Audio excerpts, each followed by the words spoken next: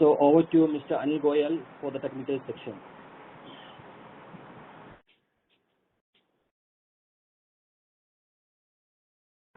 See, like, let me see. Am I audible?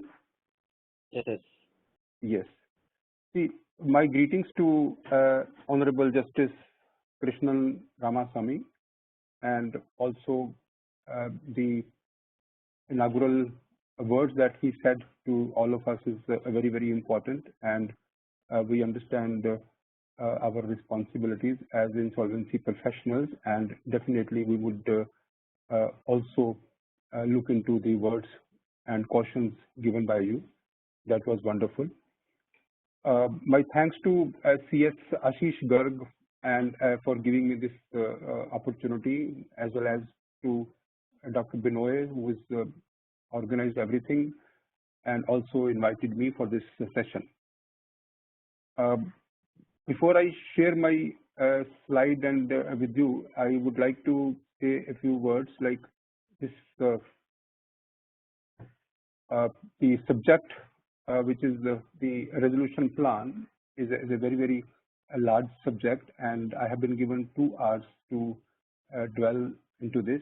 I would quickly fast forward some of my slides in the process, and I will also leave with all those issues which are kept reserved for my friend Ashish Makhija.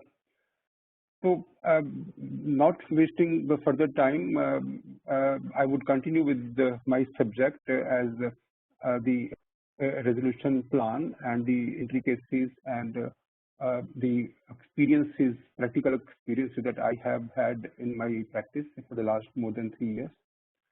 The resolution plan, as we all understand, is the key for the insolvency and bankruptcy practice or the concept.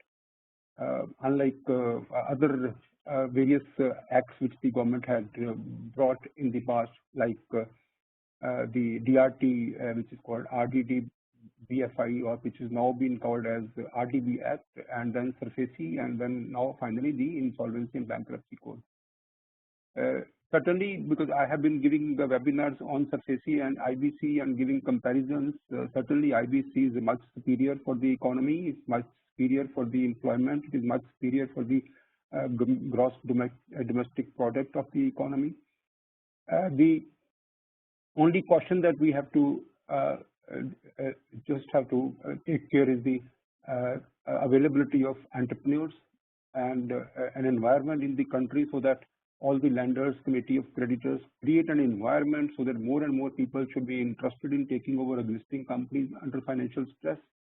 More and more people should actually feel that the business environment is cozy, and they should come forward and take all those companies which are available at almost throwaway prices. Lenders are definitely, they are now acquainted, they are now completely reconciled to a situation that they are going to lose their debt, and the total money offered by the resolution applicant would be much lesser based on the liquidation value of the company. My only apprehension under this COVID-19 is that the resolution applicants would actually become scarcity, and even under the SARFAESI Act, the bidders and the buyers also would become scarcity. Still, we have to focus on resolution plans. Everything, whatever we do under the Insolvency and Bankruptcy Code, is all for a resolution plan, all for revival of business undertaking, business model, and all for continuing the companies as a going concern. The recovery has not been the process, like whatever has so far been built, like all these regulations, all the difficulties that the IBBI or MCA or central government has removed, all is practically for finding better resolution, for maximizing the value for the corporate debtor, for the committee of creditors. So all this has been done basically for the end result, which is the resolution plan, and that too up to the implementation. So it is the collective duty of all of us to create a cozy environment for resolution applicants, so that they come and they would feel like doing business in India. So that is the foremost scenario. In the definitions, the only thing that we have recently seen with effect from 16th of August 2019, the definition of resolution plan has been modified, and now it is clarified that the resolution plan may include provisions for the restructuring of the corporate debtor, including by way of merger, amalgamation, and demerger. So this has got two, three positive implications. One, that earlier there used to be two separate applications for any merger or demerger, which is a part of the resolution plan. Now it will be with the single application. You can also get the resolution plan approved, as well as you can get this amalgamation, merger, or demerger approved. Recently, in one of the cases that we saw, that the company had two separate units at two separate locations. Two different companies were interested in the unit, but no company was interested in taking over the company as a whole, because they were not finding value in the other unit. So we kind of handheld them, and we guided them that they both can collectively come and file a resolution plan, and within the resolution plan they can even submit a demerger plan, and within the resolution plan two separate assets and liabilities buckets were made, and based on two separate assets and liabilities buckets, the resolution plan was approved, and it was demerged in the this is something that we guided. So the results, of course, we have to see the results, but this is the advantage of such scenario. So all the definitions, we are going to skip the definitions, because this is all everyone knows, because most of the participants here are professionals, and they have known all these things. So while my slides would continue to have all these stuff which is preliminary at times, and which is also based on the advanced experience that we've had in the past.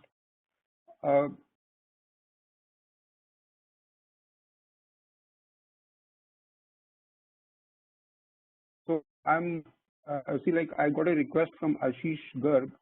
I'm not annotation. Okay. Okay, I'll do that. All right. So we may not do this. I'm not because stop annotating. I'll just do that. So one scenario which normally people ask me a question, whether a creditor can file a resolution plan. Yes, a creditor can always file a resolution plan. A committee of creditor, a member can always file a resolution plan. So all this is a list of those people. They can collectively file a resolution plan. Nothing new, but then the most important question which comes to me, the creditors can file a resolution plan or not. Section 29A is again very kind of important development under this IBC. It came on 23rd of November 2017. There are there are various questions that have been asked, like why the promoters are not, why the promoters cannot take over their companies, because they can offer the best price. My always question is, like, in case we say and we read a newspaper item in the morning that the Bhushan brothers were given 25,000 crores of haircut, and the company was given back to them for management. So would it be liked by masses? Would it be liked by industry? Would it be liked by any political party, and or not?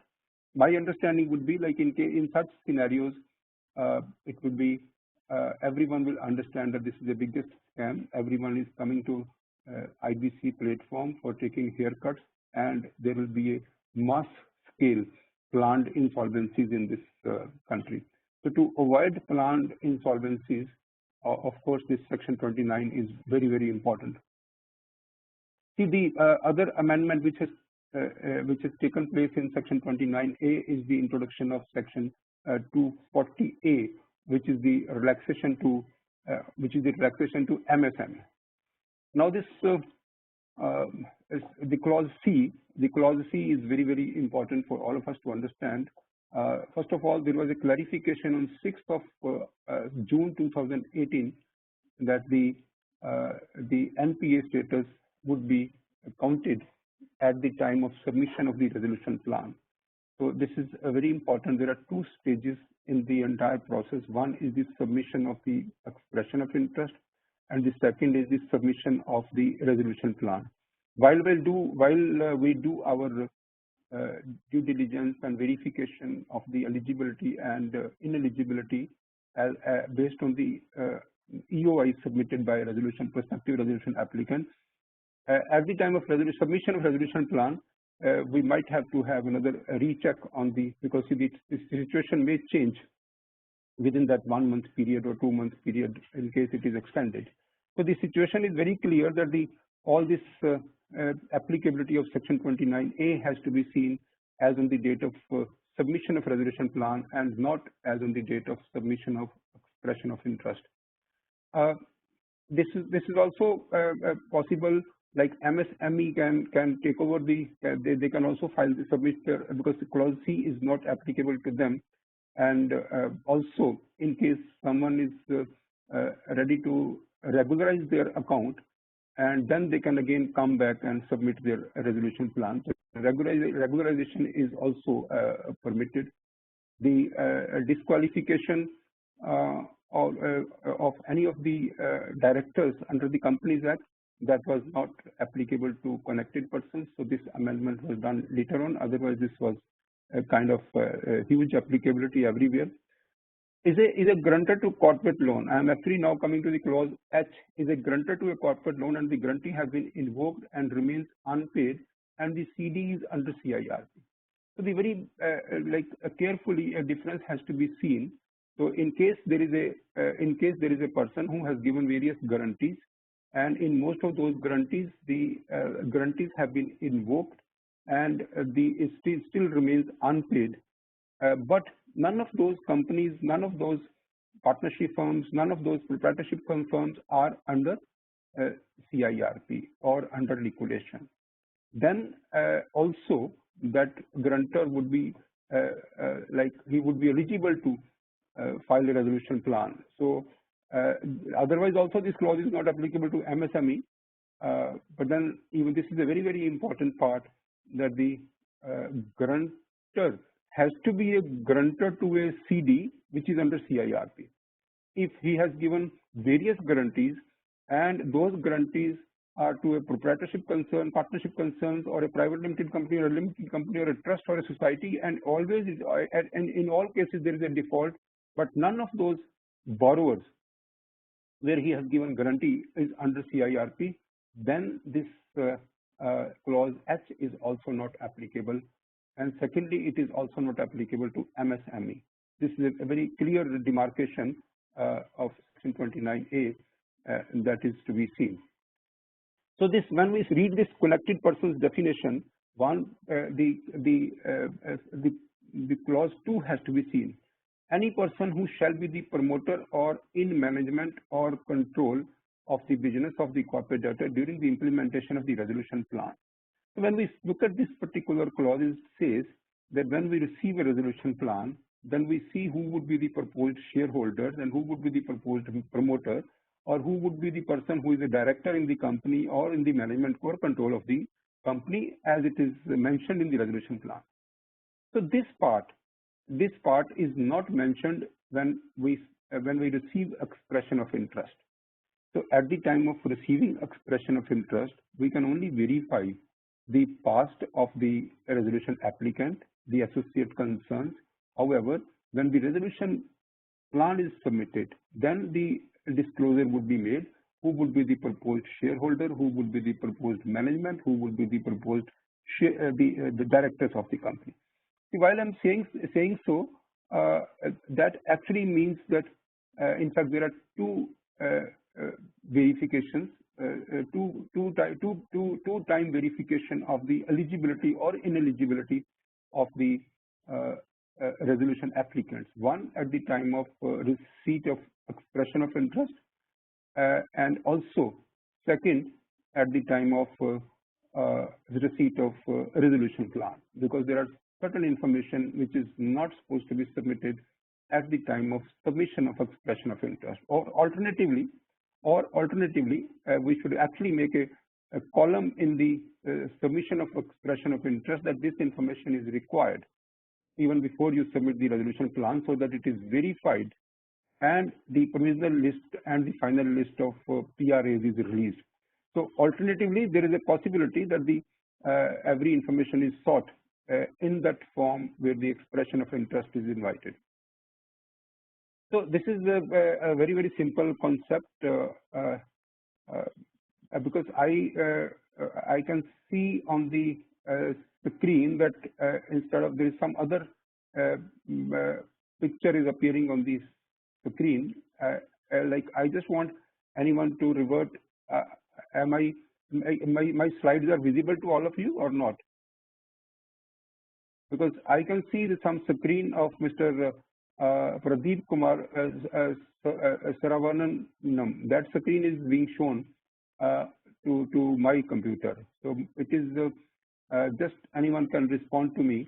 Yeah, it is. I got an answer that it is yes. But then on my screen, some other picture is showing to me behind me, and that picture is coming from Pradeep Kumar Sravanam. That picture is coming to me from his. I think he has to just switch off or. Okay. So then this different screen is coming to my computer. So the question that is being asked to me regularly is how many resolution plans can be prepared and submitted? The answer is that no limit on the number of resolution plans, no limit on the number of modifications in the resolution plan. The resolution plan is under obligation to examine all resolution plans received by him, and also a resolution professional may decline acceptance of any further resolution plans in case not submitted within 30 days before the expiry of the period permitted under Section 12 of the completion of the CIRP.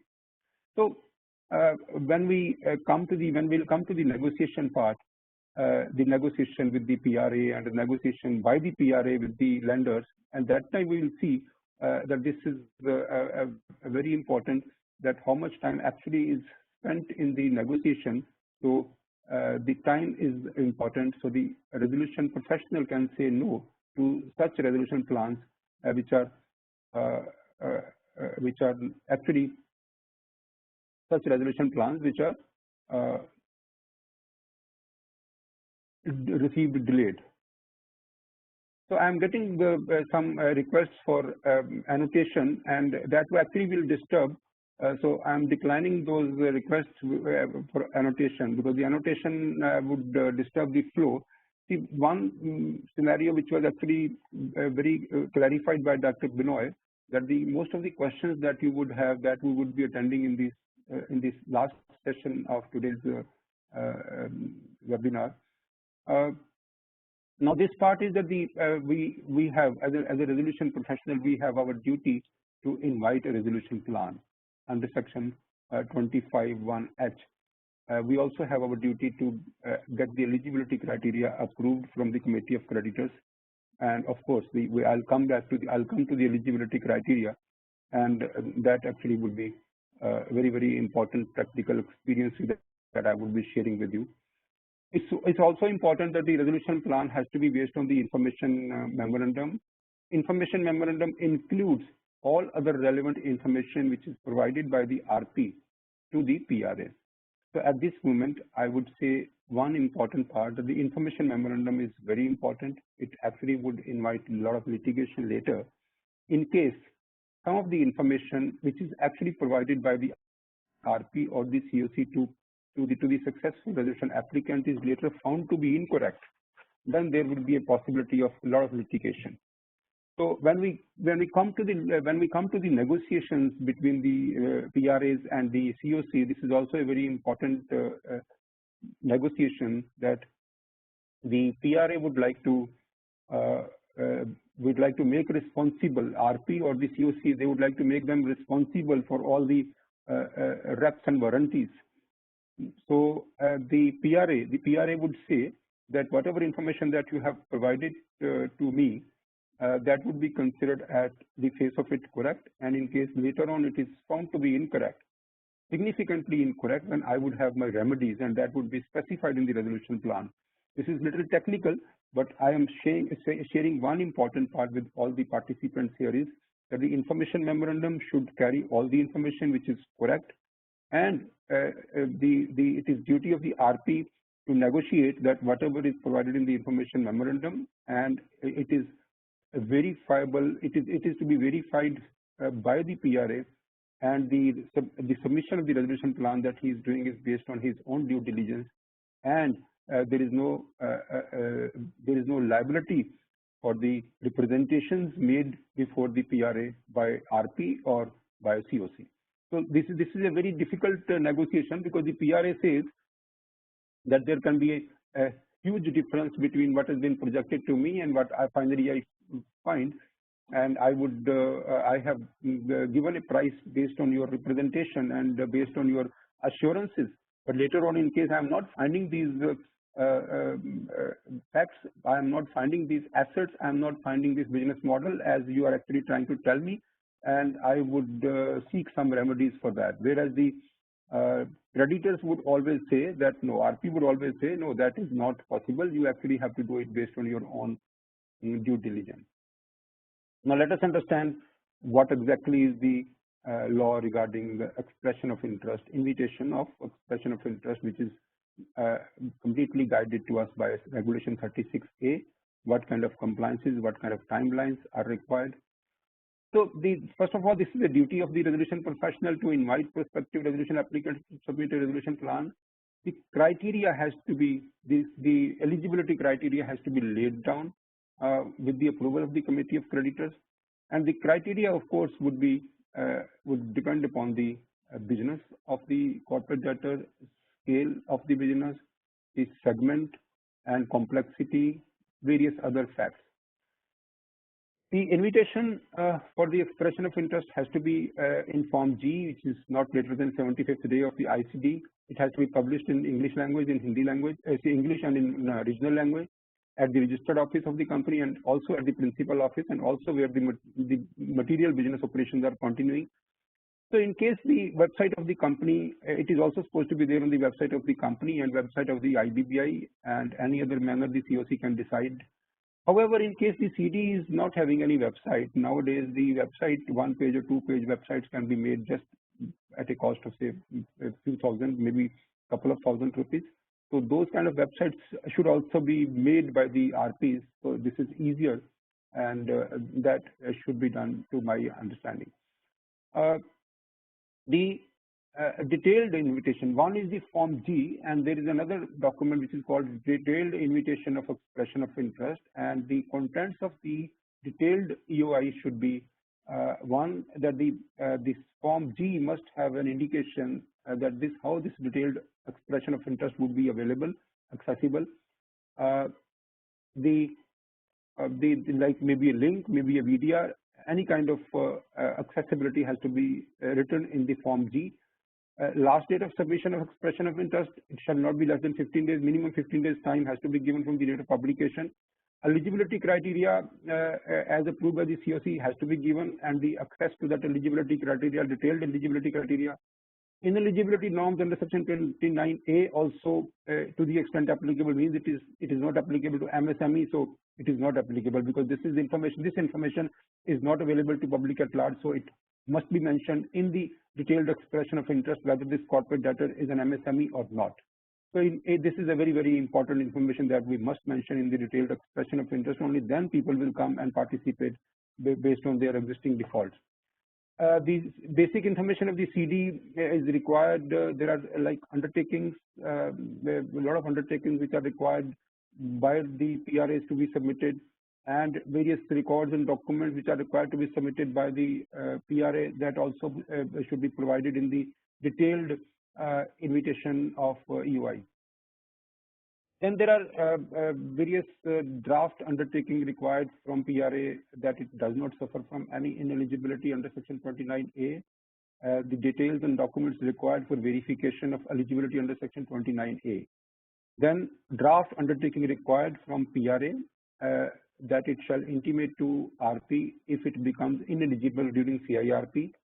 Draft undertaking that the information provided is true and correct, and if any information is found to be incorrect or false, the earnest money deposit would be forfeited and expression of interest submitted by him would be rejected. That should be clearly mentioned in the detailed EOI. Draft of the undertaking of the confidentiality.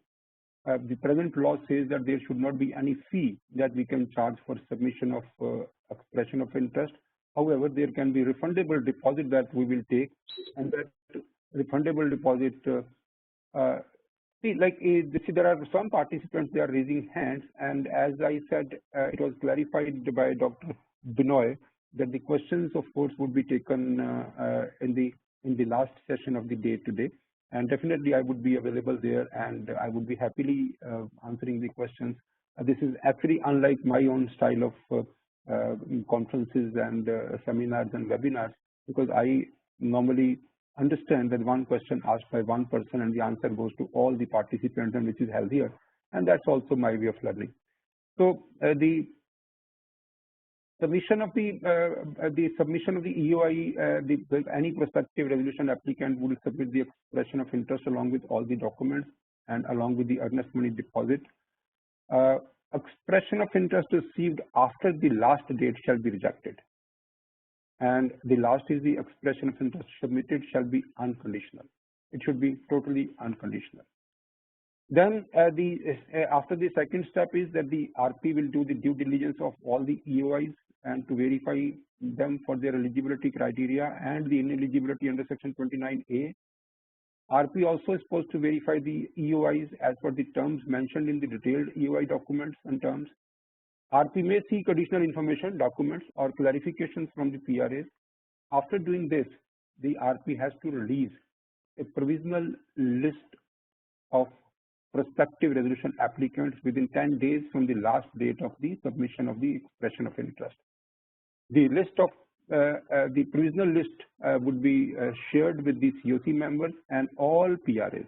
So this is very important that all PRAs who are in the provisional list, and also those who have actually submitted their objections to the provisional list, they also are entitled to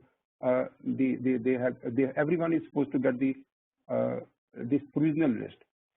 Any EOI rejected, and to my understanding, it should be communicated to the person with reasons. Then again 5 days are given to the PRAs for raising their objections, and they can raise objections for rejection of their EOI, and also they can raise objections for the inclusion of any other person for whom they have some information. So they can also raise objections against other persons whose EOI has been accepted and is appearing under the provisional list of the PRAs.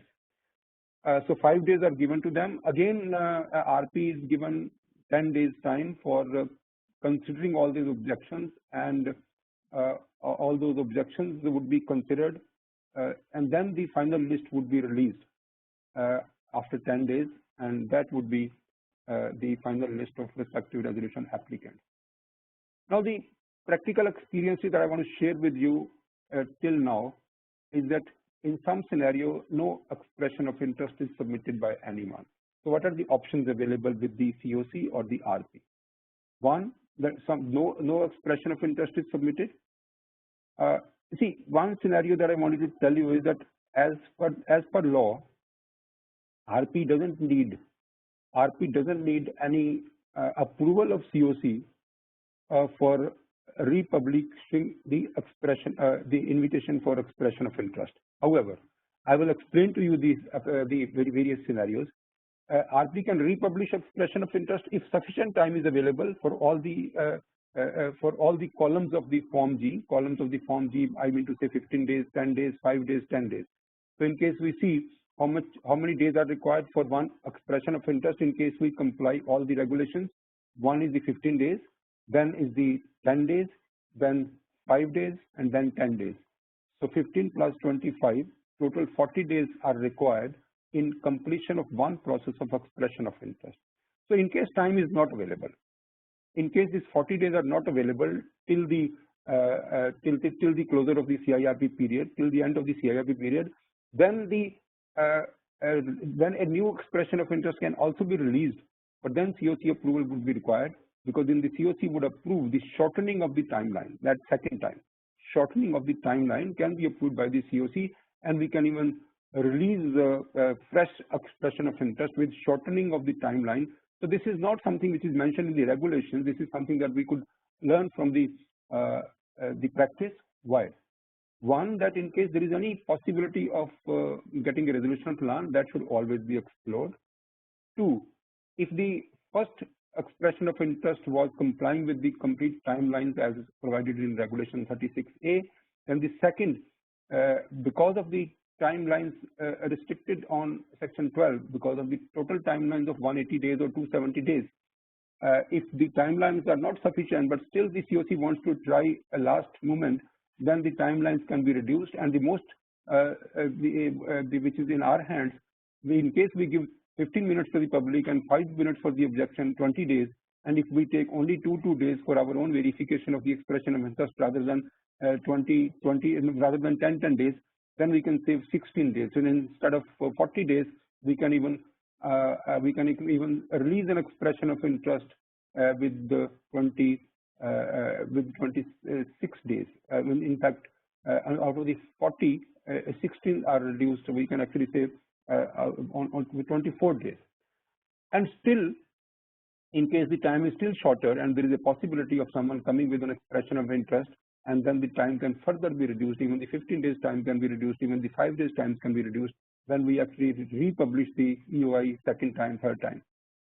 And this other scenario which is appearing is the EOI, the expression of interest submitted not found eligible, and final list of the PRA is nil. Then the RP should place all the EOIs received before the COC and discuss the findings and get the COC view on the eligibilities of each PRA, each submission EOI.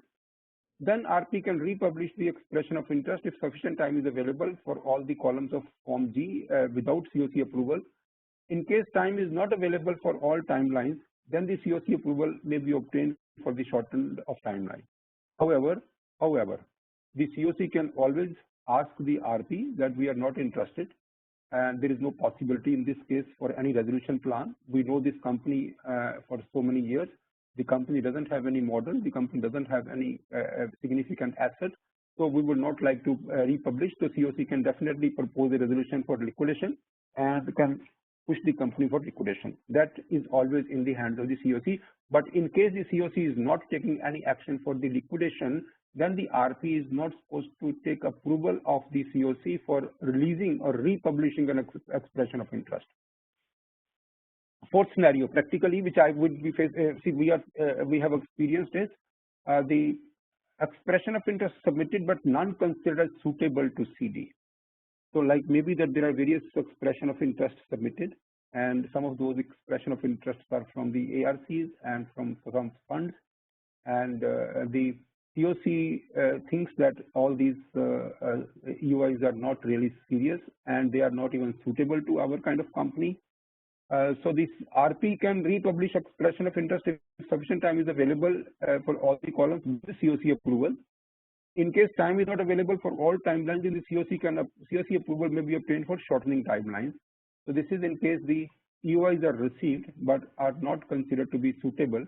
So rather than asking them to submit a resolution plan, the COC can decide to republish the expression of interest and to enlarge the options available with the COC, because once the process of resolution plans will start, it will take another 2 months time or even 45 days time to close the process. Then comes with some EOIs submitted and some people requested for extension of time, or some approached the RP or the COC after the last date. So this happens with us various times, that the last date for the submission of expression of interest is over. However, we are getting emails, we are getting calls, and COC is also getting some people, they want to submit expression of interest, or they skip the earlier date.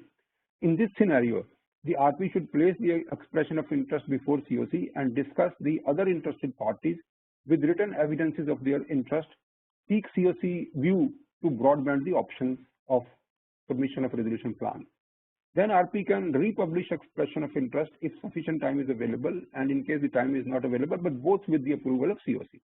So these are the 4 scenarios which are very, very important. And the other scenario, which is last, is the COC not interested in any other issue that I already discussed. In case the COC is not interested in any further publication of the expression of interest, then the COC can always decide, let the company go to liquidation, and they can pass a liquidation order. So now once we see that the expression of interest has been invited and the provisional list is released and the final list of PRAs is also released, now we are supposed to release them. We are supposed to release them the documents. There are 3 documents that we are supposed to release to all the PRAs. One, those are eligible. Those are eligible to submit a resolution plan, and 2, those are not eligible to submit a resolution plan, but they have contested. They are contesting their exclusion from the list. So the RP is supposed to share 3 documents with them. 1, the eligible as per the list. 2, they are not eligible as per the list, but they are contesting. So what we have to give them? Information memorandum. 2, the eligibility. 2 that we have to give them the RFRP, and the 3rd is bid evaluation matrix. So before we go ahead, this one we were talking about the expression of interest. Let me even complete this eligibility criteria part. So what is the eligibility criteria? What is the rationale behind this? How this has to be made? Under what circumstances, practically, what kind of eligibility criteria are known as rationally decided? First of all, let me say that there is no eligibility criteria as recommended in the code or in the regulation. COC approval is required as COC understand the corporate debtor because they are involved with the corporate debtor for longer in case of secured or financial creditors. The objective of the defining an eligibility criteria is to provide ease to the process. Otherwise, non-serious PRAs can also submit expression of interest. Some maybe even for data collection, and some may even for some experience. There are some NBFCs or ARCs or funds in India, they come in most cases and try to find a steal deal and then look for partners. They would never offer an optimum value. So the eligibility criteria should mention that it should actually be made a little bit of difficult to be participating into each expression of interest. Maybe some refundable deposit, maybe some conditions on their own submission of documents. So it should not be made in such a manner that everyone is just coming and participating into the resolution process without having any intention. So they can have different intentions. 1, to to have a data collection. 2, to just get an experience of any other resolution process.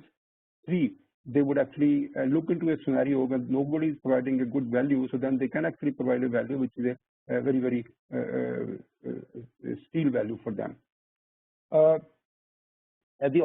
the criteria, eligibility criteria was to somehow optimize the workload on the RP and the COC with regard to examination and evaluation of all the resolution plans which are submitted, or all the expression of interest which are submitted. The criteria should be optimum enough to provide good options of PRAs to interact and maximize the value of CDs, because in case we as an RP, as a COC, in case we make the eligibility criteria as very tough, then it would be we would not be having that good number of options available. So the maximization of value is one of the objectives which might get compromised. The criteria can be based on the size of the asset, nature of the industry, size of the company. Some illustrations I would like to discuss with you regarding the eligibility criteria, which has been gathered through our experiences, like minimum net worth of the prospective resolution applicant, either at the company level or at the applicant level or a group level. Minimum turnover is also one of the criteria. Experience of the PRA in the relevant business, for example, construction experience of 5 million square feet or existing project in thermal power. These are some of the eligibility criteria. Experience of turnaround of financially stressed companies in the past, minimum cash at disposal with evidence, some specific industry related criteria, external rating and external credit rating in some scale, any specific requirement of business entities, like we might even say that this is a company, the PRA should be a public limited company, or PRA should be a listed company, or PRA should be a private limited company only. So these are kind of some of the eligibility criteria illustration. See, I would just share a couple of my experiences here. Like, think of a real estate company, and it has been we've been handling various real estate companies where a lot of home buyers are there, and we normally encourage the home buyers association to submit a resolution plan. So in such scenario, because we know that the home buyers association, their resident welfare association, would not be having the experience of dealing with the construction business, they would also not be having the net worth, they would also not be having the turnover. So then we can actually have a kind of differential eligibility criteria. Like, in case the proposal is coming from a builder, then this is the criteria, and in case the resolution plan is coming from the resident welfare association, then this would be the eligibility criteria. So that kind of eligibility criteria we have also practically made, and nobody has challenged so far. So the eligibility criteria based on the prospective PRAs is also possible. Suppose in some cases, in case we say that the workers association, the workers union can also take over a company. So in that case, in case we say that the workers should have a similar experience, or any PRA should have a net worth, that also would not be possible. So we can also make an exception in the eligibility criteria, that in case workers come and they would like, workers and employees would like to take over the company, then this would be the eligibility criteria. So these are other examples where some kind of assumptions can be given to some category of PRAs, which we find would be actually good to give a good competition to the otherwise PRAs who are coming from the market. Our experience is that in case the home buyers are also eligible to submit a resolution plan, they can actually take the company and run it better like a cooperative society. There have been millions of examples in our country where the total construction, total colony, total multi-story building was developed by the cooperative society who had no experience. It was a body-run organization, which body is the president, secretary, treasurer, and the members.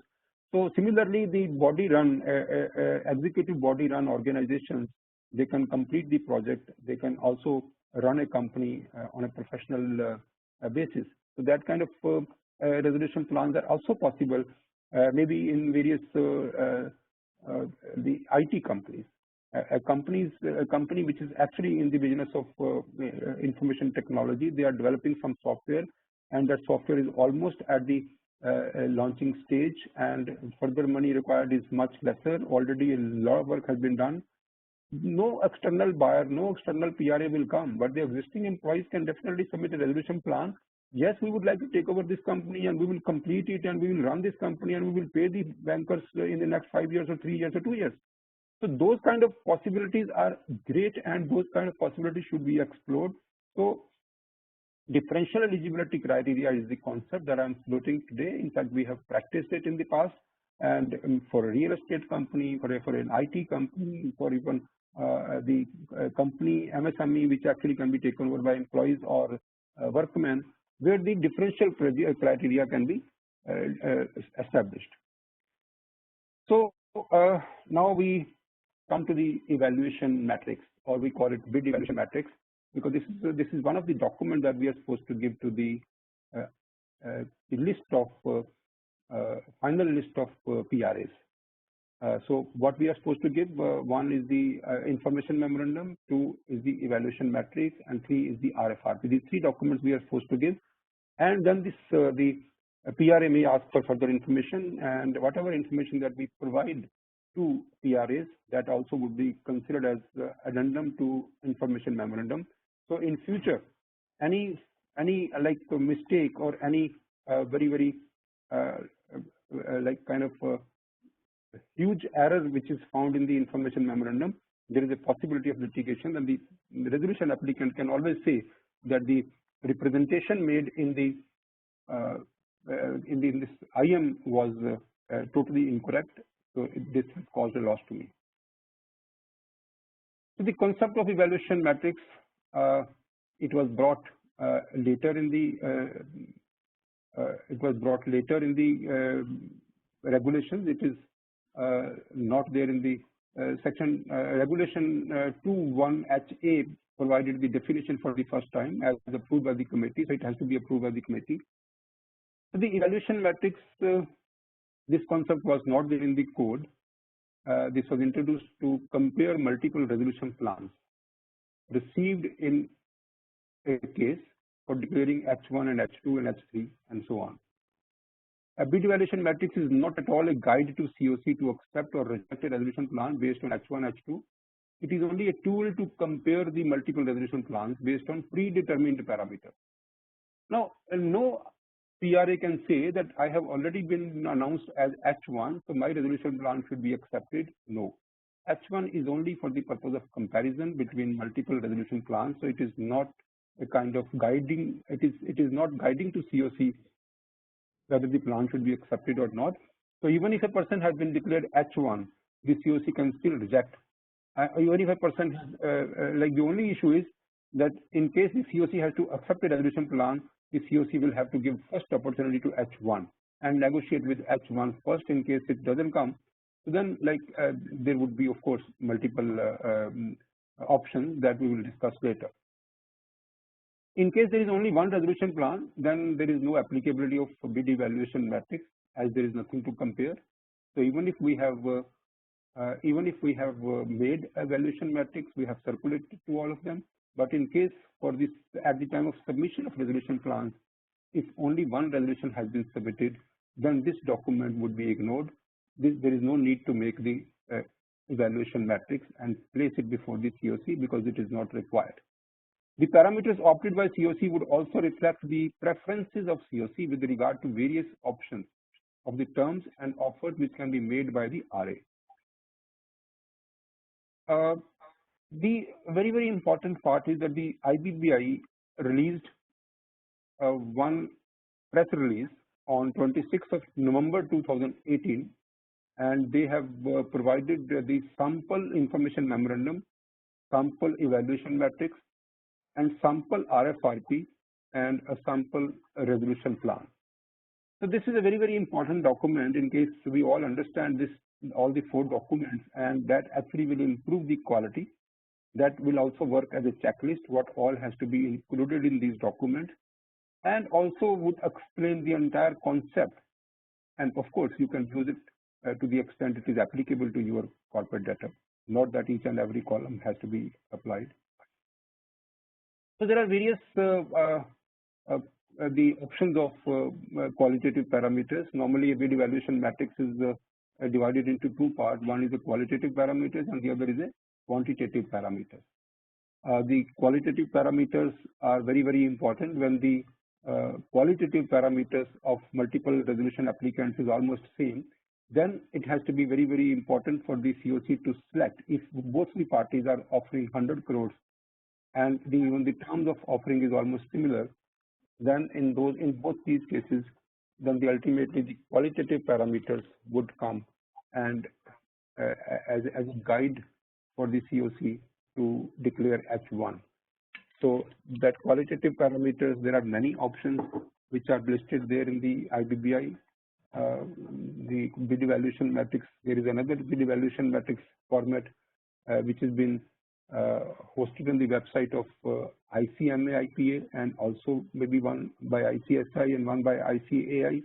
So there are multiple formats which are taking rounds in the market, and even some of the RPs are also taking their own the bid evaluation matrix parameters. So in case like I have also listed something like 10-11 qualitative parameters and 10-11 quantitative parameters, but this is not that I would discuss each one is here. I'm only trying to discuss the concept.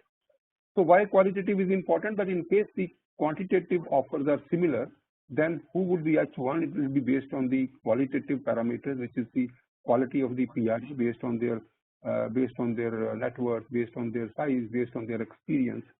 So this I will actually give you another example here. Now suppose I have an apprehension that in my case the home buyers association will submit a resolution plan. And also in one scenario, like when the home buyers is my main COC and have been larger voting share. So what kind of resolution plan they would prefer as against somebody who is offering 100% to financial creditors, whereas the power is entirely with the home buyers, or maybe even more than 50% power is with the home buyers. So anyone who is offering 100% to banks would not be preferred. So that kind of evaluation metrics would not be approved by COC. The COC would approve in such cases that anyone who would be offering better terms and conditions to allottees would be given preference. So whereas any of this kind of parameters are not appearing in any of the available models on the websites of IBC or IBS. My understanding is that we have actually made our own parameters which are based on the preferences of the COC. In case my COC is unsecured creditors, definitely their preferences are important because they would first like to understand which one is to be accepted. In case my COC is full of allottees, then their preferences would be prime. So in case my COC is full of employees, like in case of some committee of creditors where mostly operational creditors are there, then their preferences. So the committee of creditors will decide what is their preferences. And in case it is in some cases maybe it is the statutory authorities. In case there is no financial creditor, the statutory authorities might even think that whosoever would give best to them, they would only have that particular. So each COC cannot adopt this model bid evaluation matrices which is available. It would be specific to each COC. It would be specific to each size of the company. It would be like if I understand that I have an IT company and IT company's assets are only say 20 lakhs of computers and the benches and the desks, and this is the only asset. Whereas in case the company runs, it might even give a profit of 40 lakhs a year. So in in this situation, what would be my bid evaluation matrix? Anyone who is paying upfront, we know that nobody is going to pay upfront. So anyone who actually is repaying much a larger amount and in a shorter period, that may be choice. Because if the employees, then it all depends on the kind of the activity, kind of the assets, size of the company. So in case I am running a thermal power plant, I am actually running a CIRP of thermal power plant which is operational, definitely my qualitative parameters and quantitative parameters will have accordingly all this which is completely relevant to my company. So the model which is appearing is only a checklist. You actually have to choose a kind of parameter which is suitable to you, and you have to add your own parameters which is not listed here in these models. That's what basically I want to say. This is something which is completely specific to company, specific to scenario, specific to size, specific to location, specific to COC. So this is this is important because we are trying to say bid evaluation matrix is very, very important. Now, another document that we actually have to see is the RFRP. I will first of all go to RFRP before I come back to this evaluation of resolution plans. The RFRP is again a very important document, but then I will come back to these slides. This is actually full of experiences that I have. I would like to share with you. So the request for resolution plan. This is the RFRP. Regulation 36B deals with it. The requirement, it is only the RP is supposed to issue. This is provided in the regulation that the RP is supposed to issue information memorandum, bid evaluation matrix, and RFRP, request for resolution plan, to the list of provisional prospective resolution applicants within 5 days from the date of issue of the provisional list. All these 3 documents would be given to PRAs in the provisional list and also would be given to those who have objected to their exclusions from the list. No refundable deposit can be taken at time of issue of RFRP or along with the resolution plan. Each step in the process of submission of resolution plan, evaluation, etc., should be part of the RFRP. This is the basic importance of RFRP, that each step has to be there in the RFRP. Manner and purpose of interaction of RP with the PRAs and timeline for that. Minimum 30 days to be allowed to PRAs for submission of a resolution plan. As I said, the IBBI through a press release released a model RFRP, and that's very important. That's a very large document. It might even have gone into something like more than 50 pages, but that's completely working as a guide to all of us, and that has also got various kind of appendix which is required, various documents which are supposed to be signed by the PRAs, and of course we have to change all those drafts depending upon our own circumstances and facts. The contents of the RFRP in general should be the brief introduction about the corporate debtor, details of the CDRP process, the details of the IRP, RP, and all those references to the provisions of the IBC and the and to the regulations. Details of the resolution process advisor, if there is any reference to provisions relating to expression of interest and its details. Resolution process plan, examination and evaluation of the resolution plan, how this examination would be done, that also has to be given. How the amendment would be made in RFRP, right to verify the resolution plan. Verify means even whatever facts written in the resolution plan, those rights are available with the RP or the COC. Right to disqualify and accept or reject any or all the resolution plans. Preparation and submission of resolution plan, the process should be explained there. The sealing and the marking of the resolution plan, how the resolution plan will be submitted. There are various ways of resolution plan submission. One, that it would be submitted in a pen drive and the password would be given only on the day when the last day is after the last date. The sealed resolution plans, how the resolution plans will be sealed, how many copies are required, everything would be mentioned in the RFRP. How the bank guarantee for the earnest money deposit or the otherwise payment in case it has to be made, how the same will be deposited with the RP, the binding submission bond guarantee has to be given, how this bond guarantee would be returned, how the bond guarantee would be returned to the successful resolution applicants, how this can be forfeited, how this binding submission bond guarantee or the bank guarantee or the earnest money deposit would be forfeited, that also should be very clearly mentioning into them. Any performance security or performance guarantee, whatever has been decided by the committee of creditors, that has to be specifically provided. What should be the validity, what should be the amount, and that can be also which is linked to the amount offered in the resolution plan. The entire schedule of the resolution plan acceptance or rejection process, terms and conditions for the participation, mandatory contents of the resolution plan, other essential requirements, disclosure, confidentiality. So all this is the various kind of facts that has to be narrated, terms has to be narrated. There are appendix like evaluation criteria, contents of the resolution plan, format for bank guarantee, format for performance guarantee, undertaking by the resolution applicant, format for the power of attorney, format for power of attorney for the lead member, format for board resolution, earnest money deposit amount, payment by parent company, performance guarantee amount, payment by parent company, composition and ownership structure of the resolution applicant, 29A affidavit.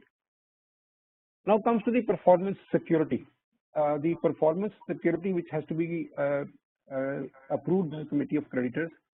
The RFRP shall provide the details of the performance security required from successful resolution applicant.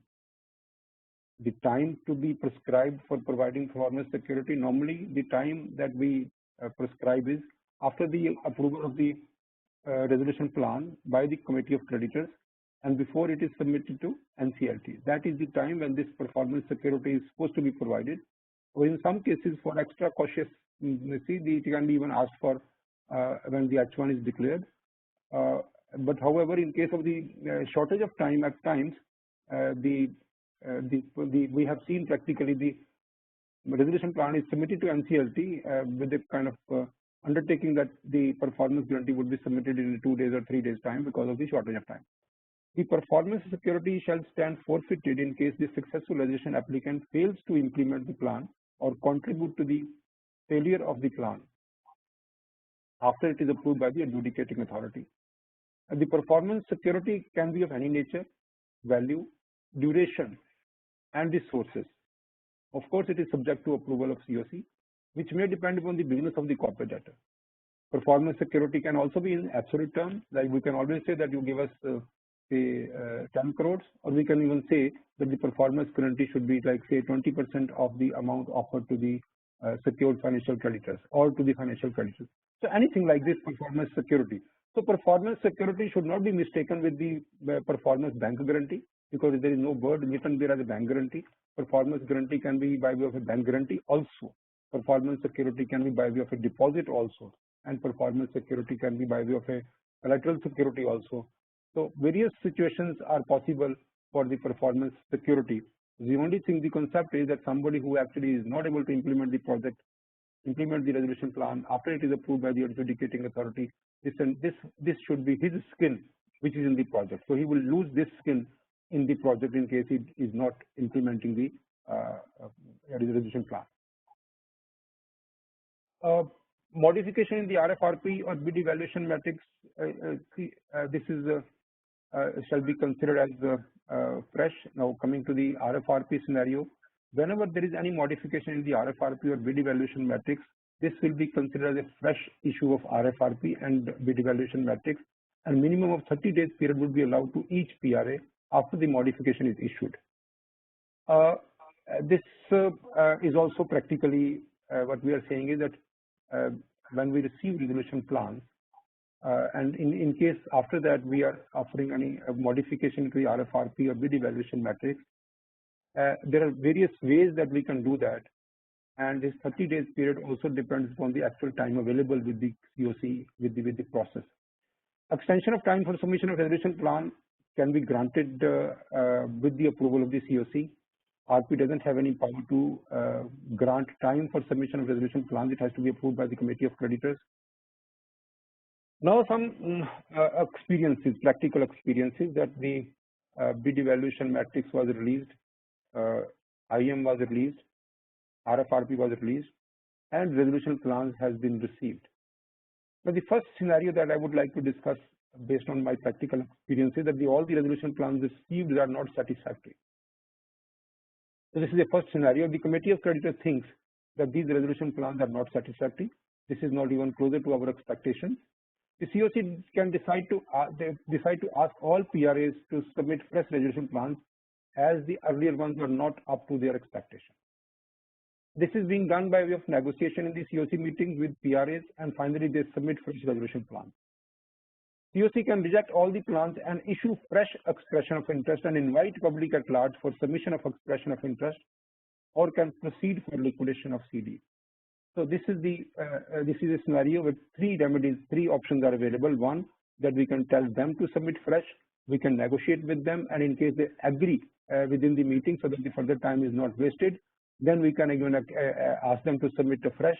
And in case they don't agree, then the COC can even decide that this is not. The COC can decide for the rejecting all the resolution plans upfront and going for a fresh EOI. That is also possible.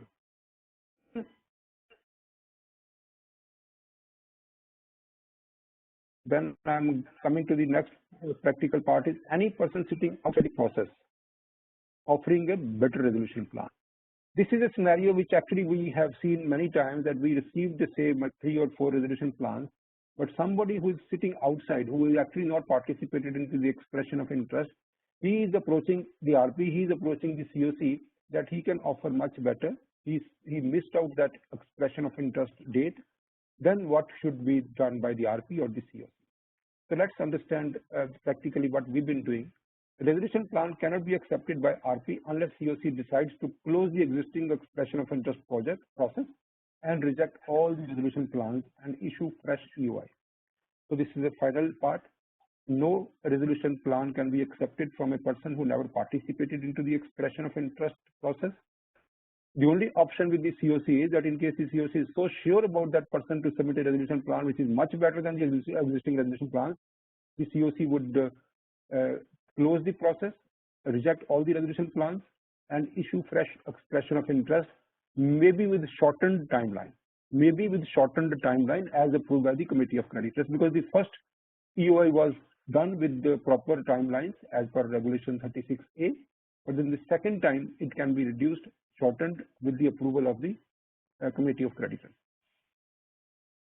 When a fresh issue of EOI is decided, it may not be necessary to comply with all the timelines, and the same can be as per the available time.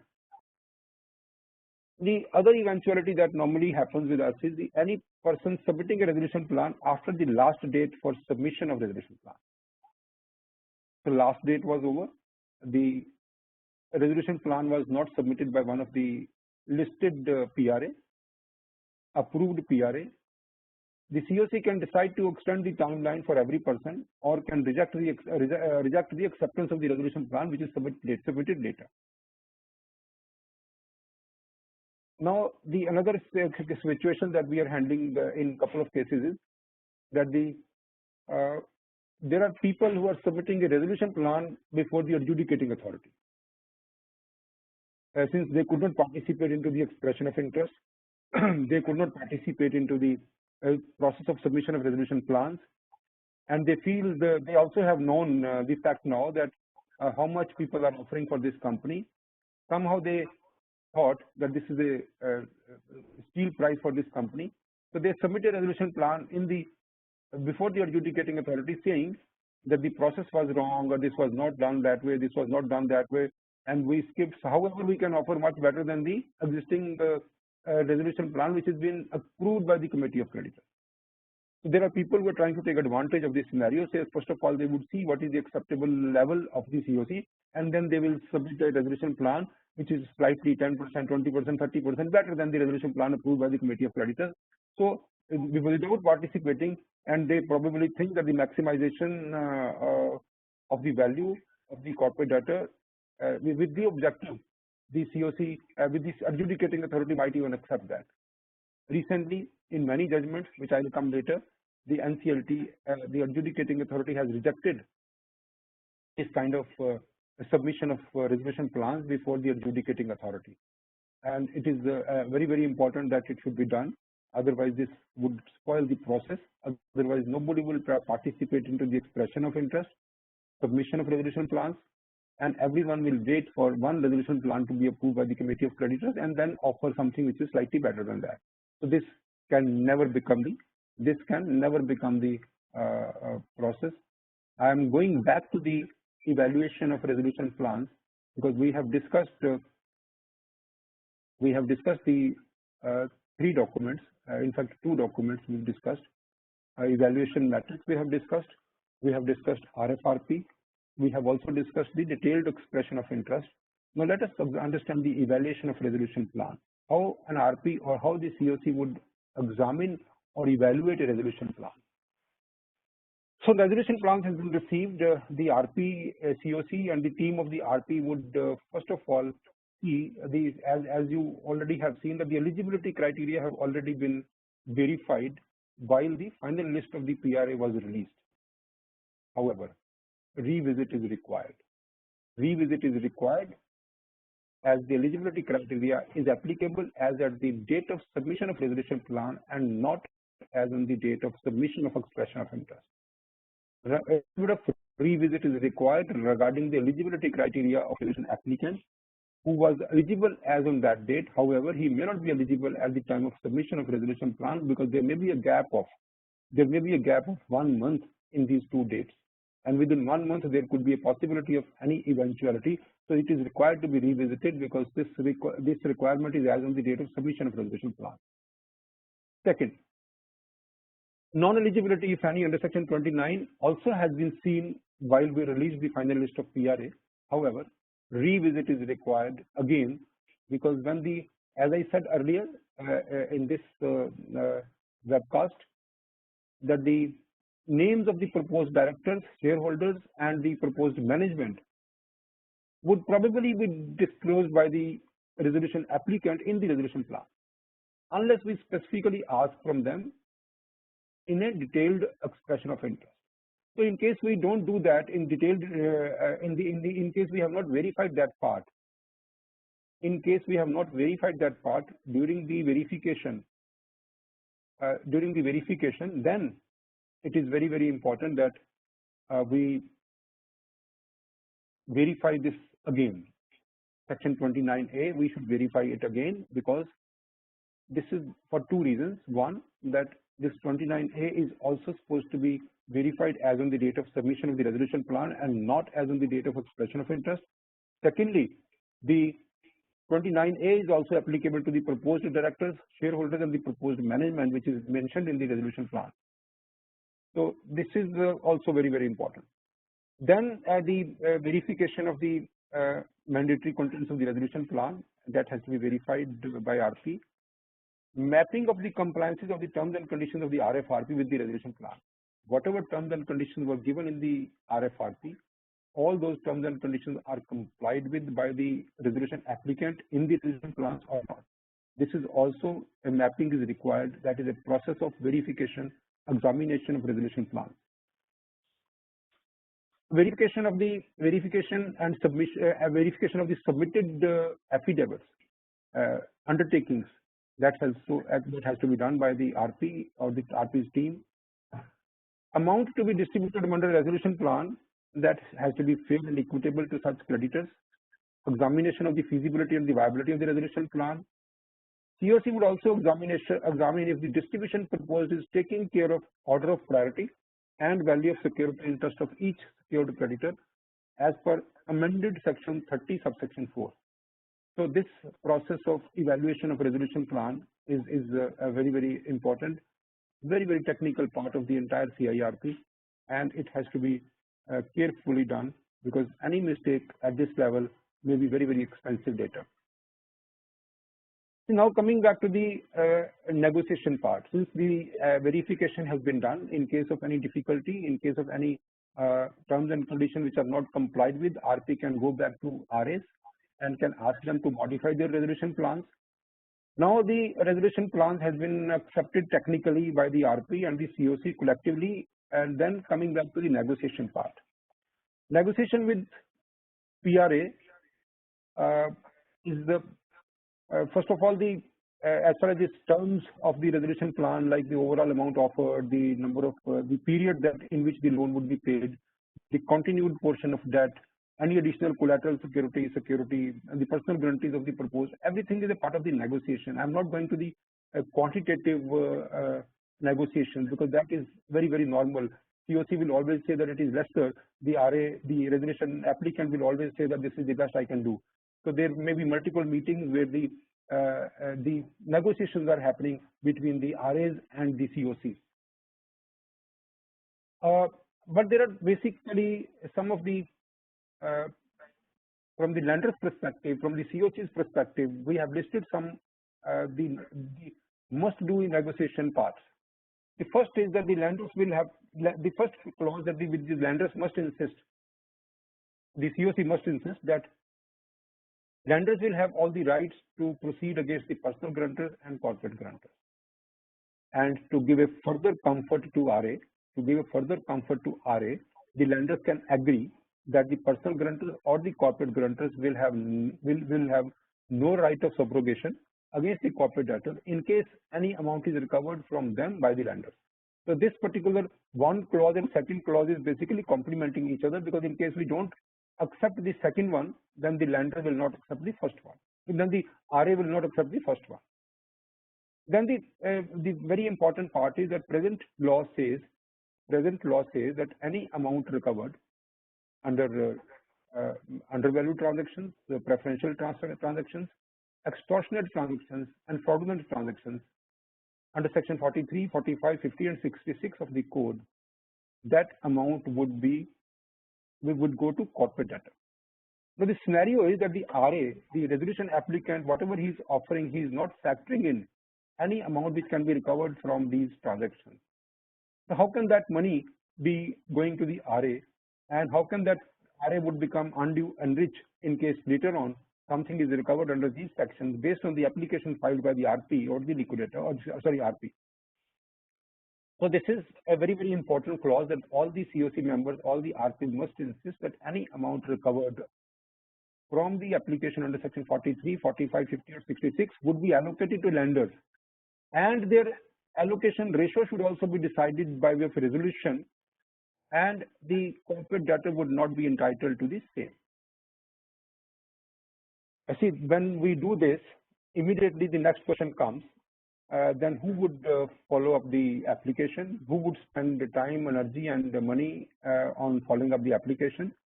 The normal decision should be that the RP will continue to pursue these applications, engage lawyers till the conclusion of the application, and all this cost of such litigation that would be reimbursable to RP.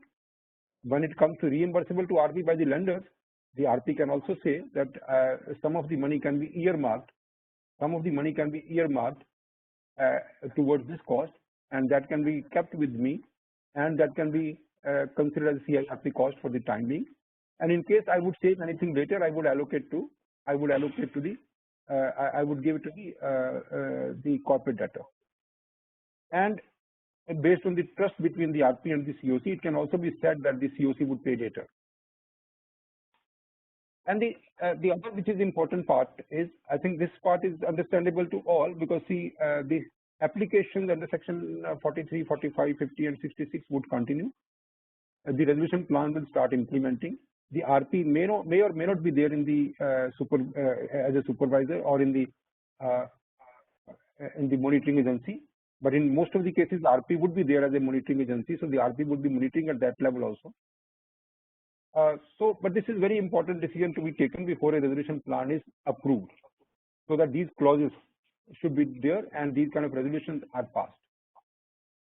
And other which is very, very important is that there may be some of the contingent assets with the corporate debtor, and some of the examples of the some kind of contingent assets would be some litigation where the corporate debtor can receive a huge amount, some kind of refunds from the tax authorities or from some other parties, some claims from the insurance companies, or any other claims from the customers.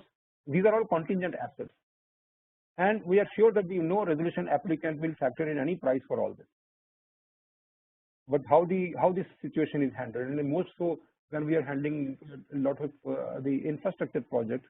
In most of the infrastructure projects, there are performance bank guarantees outstanding, and that's a contingent liabilities for the lender. And on the other hand, there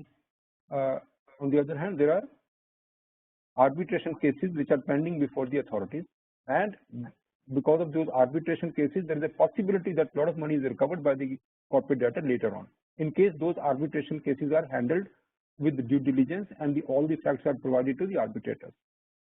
So in such situations, even if the amount offered in the resolution plan is something different, but we can always negotiate that whatever is recovered from the contingent assets by the resolution applicant, that also has to be shared with the lenders and in a predetermined allocation ratio amongst the creditors. And any part which is kept by the resolution applicant, that will also include the cost of such litigation. So I would not say any ratio, but normally it is possible that 60% or 50% goes to lender, and the 50% is retained by the resolution applicant, including the cost of litigation. The other important clause which the lender should insist in a resolution plan is there should be a clause that if there is any delay in approval of the resolution plan by the adjudicating authority or by any appellate authority, that delay would not be used as a reason for withdrawing the resolution plan. And the other important part is that in case any additional CIRP cost incurred during the delayed approval, that also will be contributed by the resolution applicant. I mean, that also has to be decided, like who will be contributing. Then normally the resolution applicants, they ask for various waivers, and the COC is not really very clear which one to accept, which one to reject, because the COC is only looking at the part which is being offered to them. So one clause which is very, very important is that the whatever waiver that you are saying, you are mentioning in the resolution plan and we are approving it, if any of these waivers are not permitted or not approved by the adjudicating authority, that would not be used as a reason for withdrawal of the resolution plan. Considering the next part is, the next important negotiation is that considering the COVID-19 like situation or any other force majeure conditions, the resolution plan must have a force majeure clause which should actually list out the adverse eventualities of the businesses, which would be considered as the natural calamities, or as then the remedies should be provided. And it should be provided that in what circumstances the RA can withdraw, or in what circumstances there will be an impact on the amount offered, or in what circumstances the performance security would be refunded. So this is the negotiation which is based on the COC part. So there are very, very important negotiations which are from the other LC part of it. There are many conditions with the RFRP. The negotiation by PRA with the lenders, because the resolution applicant is also concerned. He also would like to keep the company away from all the contingencies in future. So the various conditions that we negotiate on behalf of the resolution applicant, and the first condition is that all the terms and conditions as mentioned in the RFRP and the detailed EOI document, even if not complied by RA, will stand waived and would not be used against the RA later. Once the COC approves the resolution plan, any non-compliances to RFRP or the detailed EOI except for the ineligibility under section 29A, that would not be used by the COC against the RA. Specific resolution of the COC for this may be insisted by the resolution applicant. Both these documents means RFRP and detailed EOI would be considered as dead once the resolution plan is approved, and most of the terms and conditions which are mentioned in the resolution plan should be the only terms and conditions, and none of it would be looked back into the RFRP or the detailed expression of interest once the resolution plan is approved by the Committee of Creditors, because these two documents are also made by COC, RFRP and detailed EOI. The remedy available to a resolution applicant should be stated in case of delay in handing over the business. There are many practical experiences by us that the COC or the RP is not able to hand over the business to the RP, to the RA. The documents are not being given. The satisfaction of charges are not being given. The definite documents are not made. Title deeds are not locatable, and this has actually caused losses to the RA. So there should be clauses in the resolution plan that in case of any delay, the RA should not suffer, and there should be a remedy on the part of the COC, that the COC and the RP would be responsible for any loss which may be suffered by the RA on account of any delay or any documentation flaw on account of the lenders. See, upfront amount can be provided, like what we did in a couple of cases, that we will provide you the upfront amount only as a exchange of documents. So we made a list of documents, title deeds, charge kind of vocation of charge, the various documents that we listed, and we said that we will exchange the upfront payment with these documents.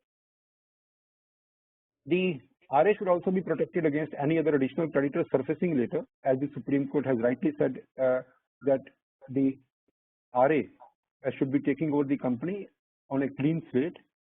It should not be a case of Hydra head popping up every day. It should not be a case that a fresh liability is being encountered by the RA. Whatever he has taken over thoughtfully, there should not be any contingencies to RA.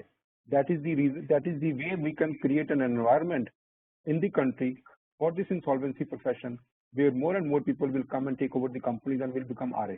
So in case this is not done, then nobody would like to buy uncertainty, because everyone would like to buy certainty with certain money, because the money is certain that he is giving, but with the certain money he cannot buy uncertainty. Any additional amount required to be allocated to dissenting creditors, that also would be taken from the same amount offered by the RA. RA will have right to change the structuring of the resolution plan. In many cases that we saw that later on the tax planning, at the time of tax planning, it was difficult to plan taxes because a lot of amount was being taxed. So there was a clause built in the resolution plan that we can change structuring. the debt equity ratio, the amount that we would be offering as equity or as debt. We can even continue with the existing share capital of the company, or we can extinguish the existing share capital. We can even take some kind of the loan as an assignment before even the resolution plan is implemented for the purpose of tax saving. We can change the names of the shareholders or directors later on, subject to 29A verification. So these are all some of the various negotiations, some of the practical experience that we faced, so that the resolution plan which is accepted should not go for prolonged litigations. So everything is settled before. The RA's concerns, the lender's concerns are taken care of based on the experience of the RP, based on the experience of the COC, based on the experience of the consultants. So this is where the ultimate objective, that the resolution plan, whatever has been approved, should be implementable. It should not face difficulties. The RA should not face difficulties. RA should not face the uncertain liabilities. RA should face certain liabilities. So that's very, very important part of it. So I'm going ahead with the next very, very important section, which is mandatory contents of the resolution plan. This is also one of the subjects I'm supposed to handle. The mandatory contents of the resolution plans are provided in section 30 of the code and regulation 38 of the CIRP regulation. So the first, which is very important part, is that the resolution plan must consider the payment and provide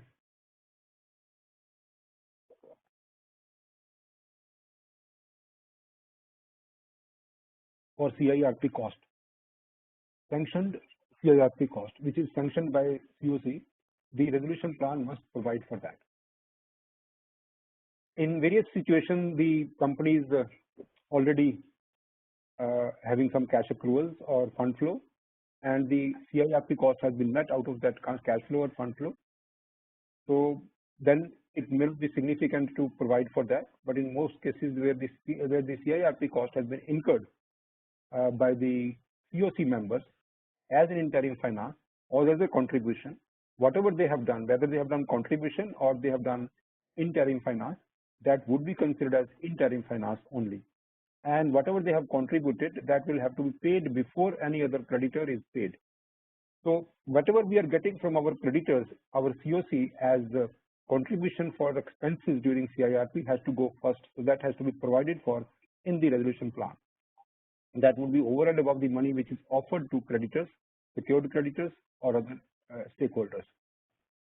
So this is a mandatory one. And then is the since the operational creditors are not having that kind of power, operational creditors are sitting outside the COC meeting, so they don't have that kind of power that they can rule the COC. So their interest is protected. So their interest is protected by one section 30, subsection 2, and also by regulation 38.1. So this regulation 38.1 was inducted on 28th of November 2019, and now it says that any amount which is payable to operational creditors, that would be paid before the or the given on priority payment over financial creditors. That's what is the regulation says. Now my analysis of this clause is, so there are two situations. So I would like you to hear it carefully. There are two situations, and I will take an example. One example is that the liquidation value due to operational creditors based on section 53 is, say, 10 crore. So this is the 10 crore amount, which is the mandatory content of the resolution plan, that the liquidation value due to operational creditors is 10 crore, and that is to be paid in priority over any other payment to financial creditors. However, the resolution plan is offering say 20 crores. Resolution plan is offering 20 crores to operational creditors. So my you see, when we read this clause 30, subsection 30, I will read it for you. The amount to be paid with the subsection 30, subsection 2, clause B1. the amount to be paid to such creditor in the event of a liquidation of a corporate debtor under section 53, the amount that would have been paid to such creditors if the amount to be distributed under the resolution plan had been distributed in accordance with the order of priority. So the liquidation value of the company says the liquidation value of the company is 100, and out of that 100, the amount which is payable to the operational creditor is 10. Now the liquidation value that is under the subclause 1 of subsection B, so that is my entitlement as an operational creditor, which is 10 crore. The resolution plan which is coming and which is getting selected and which is now approved is offering 120. When the resolution plan is offering 120, so the amount which is payable to the operational creditor as per section 53 is increases.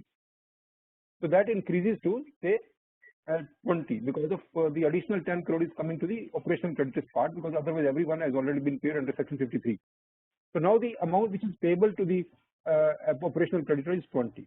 So whichever is higher. So in this case, 20 is the amount which will be paid to the operational creditor before any payment is made to the financial creditor.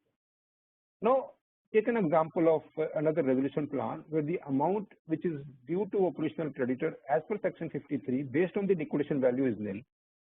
Second, which is the amount which is due to operational creditor based on the amount offered in the resolution plan is also nil. However, the resolution applicant has offered 5 crores to operational creditors.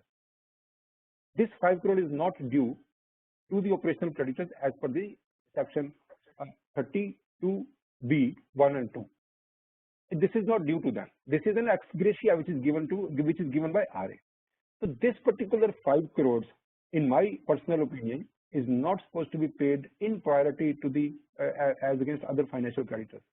Any RA can say, although the amount which is due to operational creditors and as per section 53 is nil, amount due to the operational creditors as per the resolution plan filed by me is also nil. However, I am offering 5 crores to selective operational creditors, and that amount would be paid in installments in 3 years or in 2 years in case they continue supply with me, in case they continue supplying with the goods to me, or in case they continue giving service to me. So this kind of clause is valid, and this kind of clause would not be attracted by this priority payment. This is what is my understanding about what is due to operational creditor and what is being offered to them as ex gratia, as voluntary payment to them based on their importance in the business or based on the continuation, based on keeping the company as a going concern. Now coming back to the dissenting financial creditors. Dissenting financial creditors, like you can see the picture, like everyone is sitting and one person gets up, they say that I'm not agreeing to you. I would not be participating in this resolution plan. So regulation 38(1)(b) also says that the amount payable under the resolution plan to a financial creditor who have right to vote and did not vote in favor of the resolution plan shall be paid in priority over financial creditors who vote in favor of the plan. So in such scenario, I will give you examples. One example is that the amount due to a dissenting financial creditor is how much? Amount due to a dissenting financial creditor would be as per the amended section, which is section 30 subsection 4, which reads as under: the committee of credit may approve a resolution plan by a vote of not less than 66% of voting share of the financial creditor after considering its feasibility and viability. And then this part that I'm reading now this was introduced in the regulations on 16th August 2019. 16th August 2019. It is very, very carefully noticeable. The manner of distribution proposed, which may take into account the order of priority amongst the creditor as laid down in subsection 1, section 53, including the priority and value of security in trust of a secured creditor. So this is very, very important, and this is what is being challenged by DBS Bank Singapore. I will come back to that situation. And the DBS Bank Singapore, in fact, provided a loan, say for example 50 crores of loan on a security of 100 crore, as a kind of last mile funding to a company which was already in financial stress. Considering that I have a good security and I would be able to enforce my security interest and I would be able to recover my full money, company went into CIRP and the COC decided that all the financial creditors, maybe whatever security interest value that they have in possession, would be allocated according to their voting share. So that was challenged. That was challenged by DBS, because otherwise the DBS, in case company goes into liquidation, DBS will get the value of the security interest as per the liquidation value, as per the estimates of the valuers, or as per the actual amount recovered by the liquidator. So the DBS, anguished with this judgment, went to NCLAT, and NCLAT said that since the COC approved this resolution plan much before 16th of August 2019, so this amendment, which actually is directing the COC to allocate resources according to the priority and the value of the security interest of each secured creditor, that may not be applicable. So the DBS was not given the amount which they were entitled to. So the DBS is presently before the Supreme Court, and I fully agree with DBS. In case we don't do this, in case we don't do the allocation like this, then in this country, nobody would give any loan to any company, maybe against car, maybe against loan against property, maybe loan against shares, because the value of security has got no meaning then. Because if I am diligent, if I am doing a banking with the complete legal due diligence, financial due diligence, property diligence, after looking into everything, I think that this particular financial proposal is good. I am giving only 50% of the total security value that I have. My money is secured. I would be able to invoke SARFAESI also. I would be able to invoke liquidation also. However, in case this particular section, in case we think that this particular amendment is it is only prospective, then the entire economy would suffer. Then all those people who are lending against the properties, and they would be standing pari passu automatically because of the CIRP, because of the resolution plan. They would be standing pari passu with all those who have given working capital, who have not monitored the account well, who have even done some fraud. All those, like people giving 3,000 crores to companies where no asset is available, and those creditors would be standing pari passu with those bankers who have done complete diligence. So that would be end of the credit market in the country. Nobody would be lending against any specific assets, and everyone would be lending as a consortium then. Nobody would be lending as a standalone lender.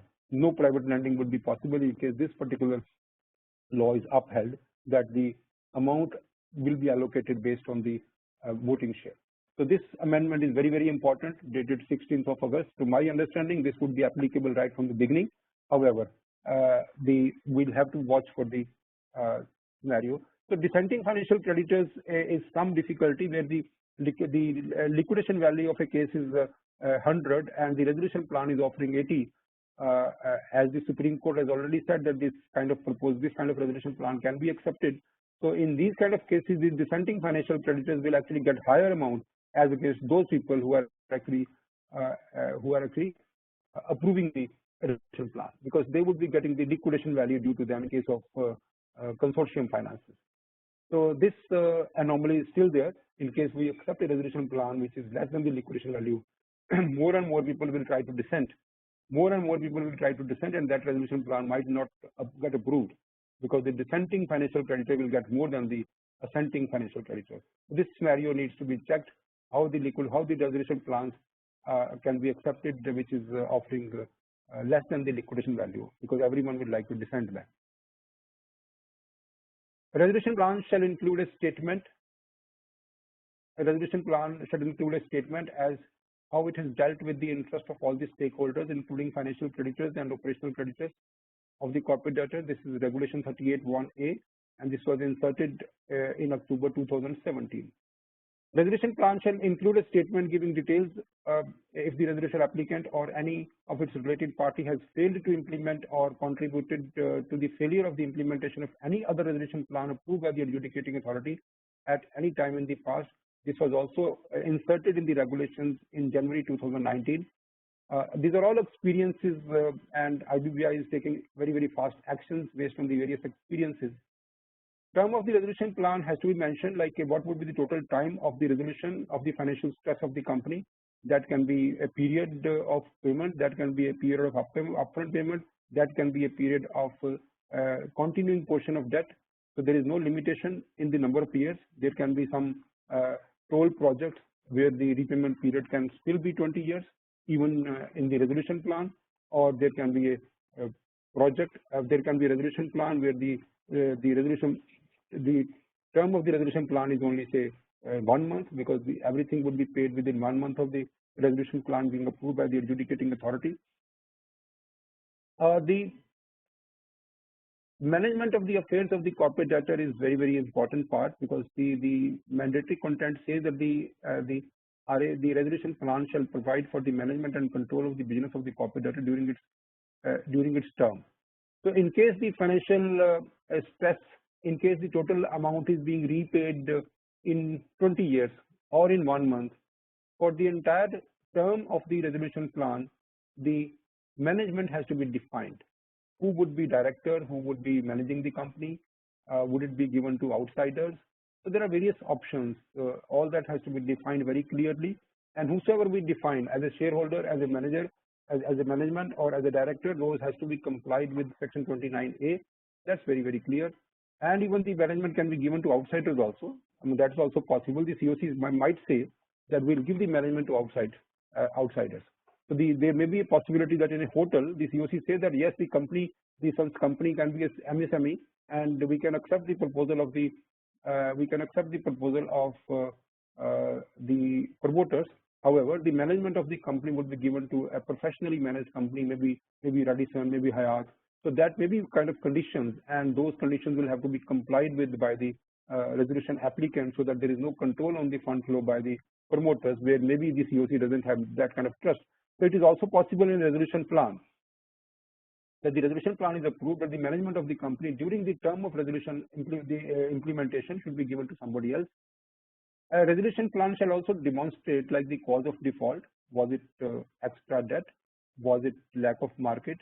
Was it the technology?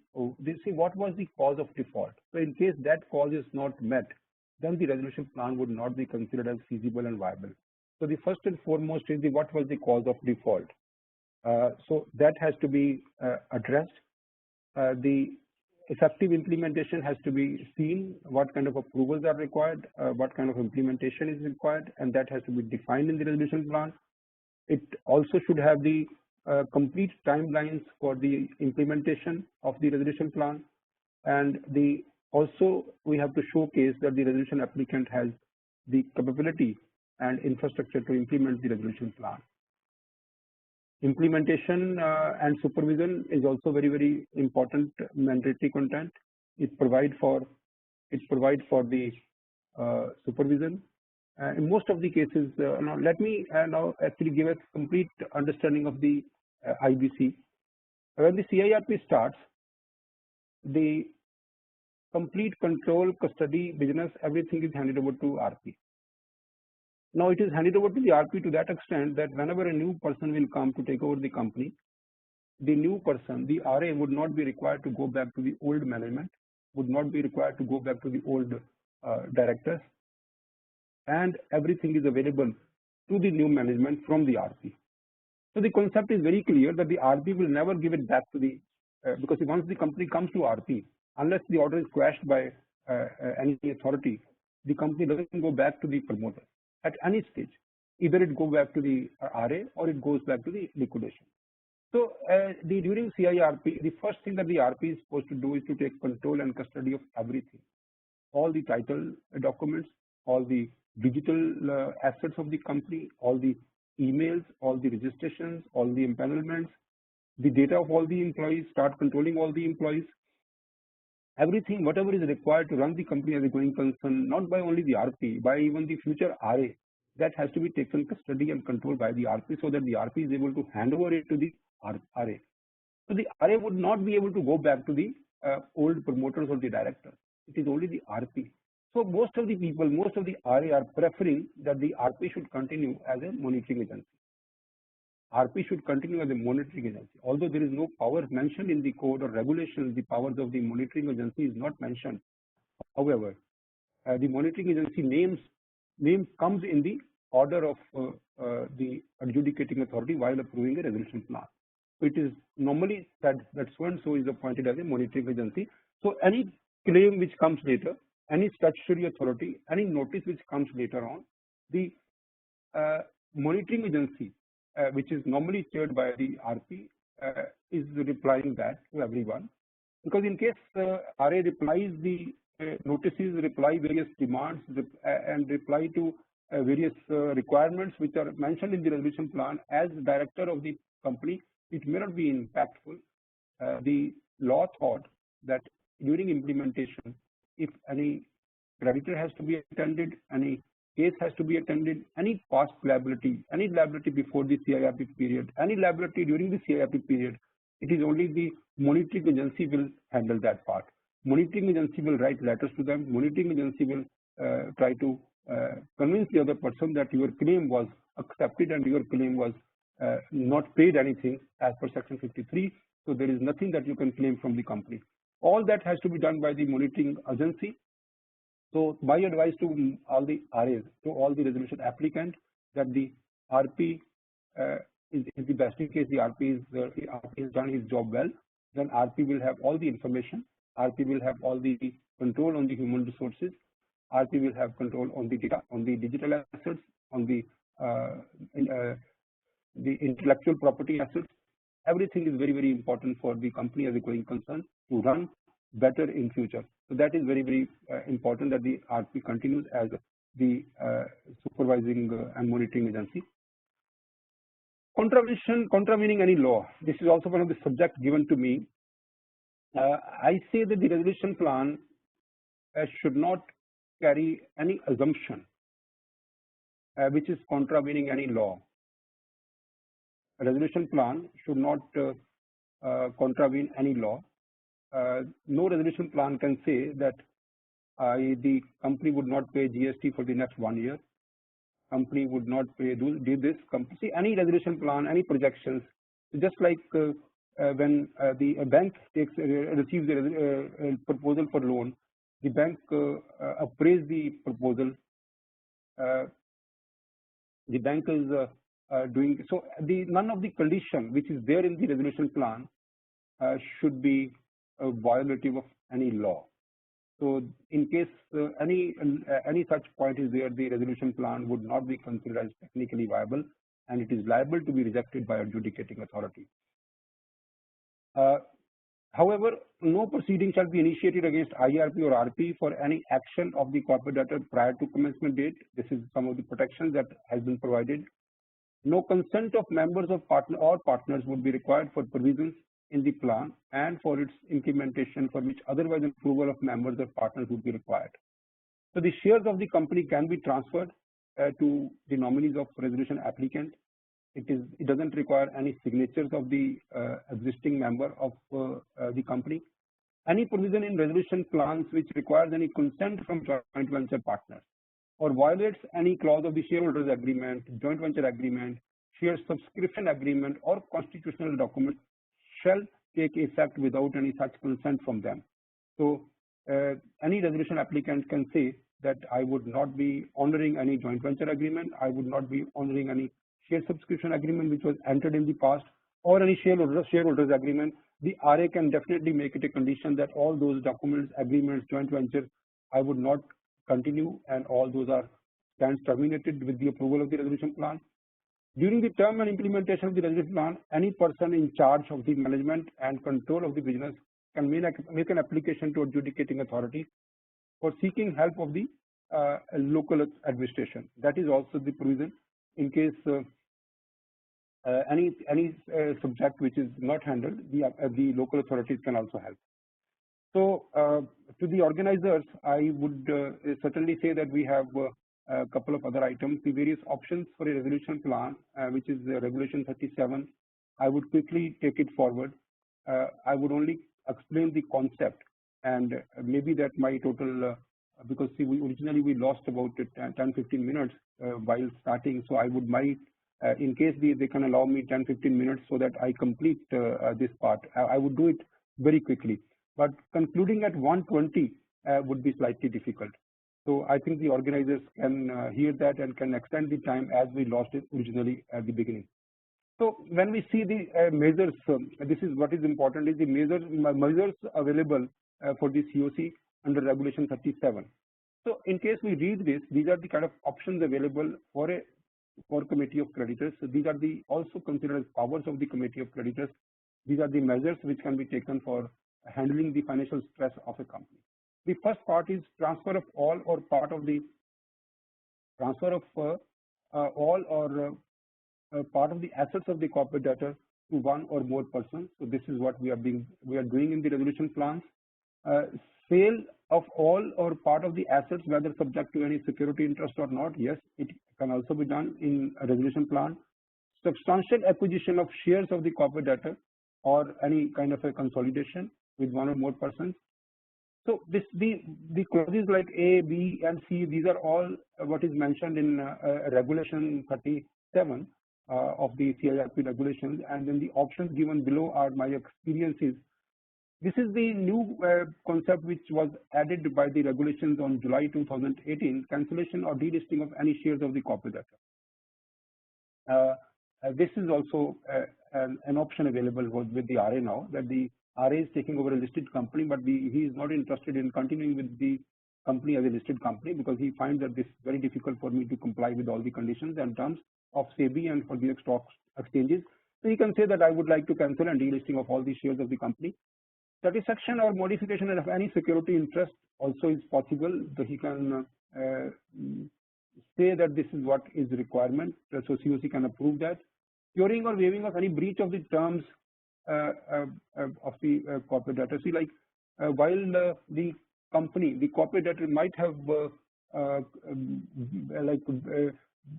and maybe that a lot of breaches have been done on the terms and conditions of various lenders. So that can be cured and that can be forgotten and that can be waived by the COC to RA. Reduction in the amount, of course, this is the haircut that we talk about. So whatever is the optimum level depending upon the sustainable debt of a company. So this is where the most important resolution comes in most of the hydropower projects, the thermal power projects, infra companies, and we actually see that the project when it was installed and now there is a lot of difference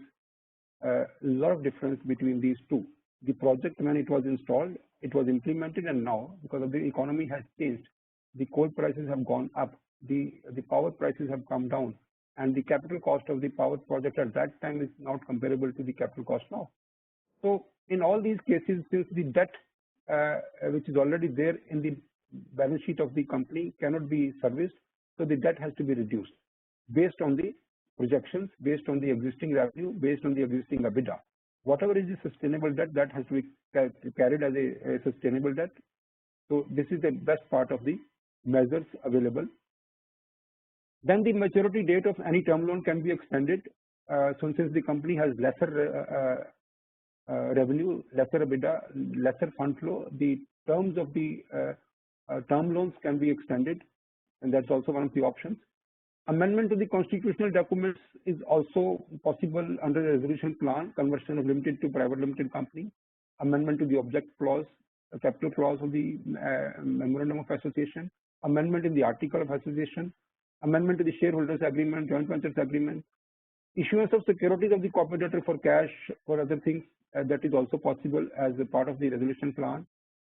Obtaining necessary approvals from central and state government. So the government has given 1 year time now, that within 1 year all the approvals will be taken. So the RA would not be suffering in case the resolution plan is approved. And for the first 1 year, the RA doesn't have that proper approval from the authorities, and still the RA would not be considered as a person under default. So that was the reason that the 1 year period was given in the law, that the resolution applicant will have 1 year condition, one year time to get all the approvals. So for 1 year from the date of approval of the resolution plan, the RA would not be considered under default, and even later, if that particular application is made and it is not being done, that will be considered as extended. That I believe that can be even extended. So this approval part, I think my friend Ashish Makhija will take up. I'm not spending any time on this. What all the approvals are supposed to be taken. The important question which was asked to me as my part of it, like what is Section 230 of the Companies Act, power to compromise or make arrangements with the creditors or members. So I would say in 5 minutes that it was the very recently although this particular Section 230 was there in the Companies Act 2013, right from 2013, right from the implementation of the Companies Act, it was Section 230 allows the liquidator of a company undergoing liquidation to file an application before NCLT to seek sanction for a scheme of arrangement between the company and its creditor, and wherever applicable, its members. So this is the basic Section 230 which I am reading. Section 230 allows the liquidator of a company undergoing liquidation to file an application before the NCLT to seek sanction for a scheme of arrangement between the company and its creditor, and wherever applicable, its members. So this particular clause was even available in Companies Act 2013, even at that time when this IBC was not there. So this was noticed by some authorities, and so this was the first case, which was SC Sekaran. Maybe one case was even before that. It was directed to the liquidator appointed under the IBC that the liquidator will take steps in terms of Section 230 for the revival of the corporate debtor before undertaking the sale of its assets. This was the order dated January 2019, and then only this particular section came to spotlight. Before that, this section was not under spotlight. After that, a lot of spotlight was there on this section. Why was this spotlight was there? It was a spotlight was because the promoters thought, and they started thinking that this is another opportunity of taking over a company in liquidation. However, Section 29A is applicable during CIRP, whereas Section 29A is not applicable during CIRP. So that was the thought. Based on that thought, most of the promoters, they never cooperated during CIRP, and they only created circumstances that the company should go into liquidation, the value goes further down, and then they would submit a proposal under a scheme under Section 230 of the Companies Act. IBC also worked on this spotlight Section 230. Also published a discussion paper on this on 27th of April 2019, and then the amendment was done in the liquidation process regulation. These are a couple of cases which actually came following the SC Sekaran case, Ajay Agarwal and others versus Ashok Magnetic, Rajesh Balasubramanian versus Avron Casting, Y. Shivaram Prasad versus S. Dhanapal, Dayan Ahmad Azmi versus Rekha Kanti Lal Shah, liquidator. So then let us see the provisions which came later. The provisions came by way of Section 2B, Regulation 2B of the Liquidation Process Regulation. These were inserted on 6th of January 2020. 6th of January 2020 it was inserted. So the regulation now says that where a compromise or arrangement is proposed under Section 230 of the Companies Act, it shall be completed within 90 days of the order of the liquidation. So it never says that the liquidator is under an obligation to take actions or take efforts to find a scheme under Section 230. However, that may come in the order. That may come in the liquidation order. The adjudicating authority may, in some cases, be convinced that this company requires some more time and should continue as a going concern. So they might even direct the liquidator to keep this company as a going concern, and also to explore possibilities of getting a scheme under Section 230. If this is written in the liquidation order, then the liquidator is under responsibility to take actions, to make efforts to receive a scheme. So he might even have to give a public notice that he is expecting or he is inviting schemes of arrangement under Section 230 in some cases. See, provided that a person, this particular section which was inserted on 6th of January 2020, provided that a person who is not eligible under the code to submit a resolution plan for insolvency resolution of the corporate debtor shall not be a party in any manner to such compromise or arrangement. This was dampening to the entire spotlight to this section 230. Now the promoters are not interested. Now they are not able to participate into any scheme under section 230. Time taken on compromise or arrangement not exceeding 90 days shall not be included in the liquidation period. Any cost incurred by the liquidator in relation to compromise or arrangement shall be borne by the corporate debtor where such compromise or arrangement is sanctioned by the tribunal, provided that such cost shall be borne by the parties who proposed compromise or arrangement where such compromise or arrangement is not sanctioned by the tribunal. So this is also a kind of dampening, like in case it is not proposed, the cost will be incurred by the. So now the couple of slides that I have is only on section 230. Who can propose? It is only the company, the creditors, and the members. So the third parties are not permitted.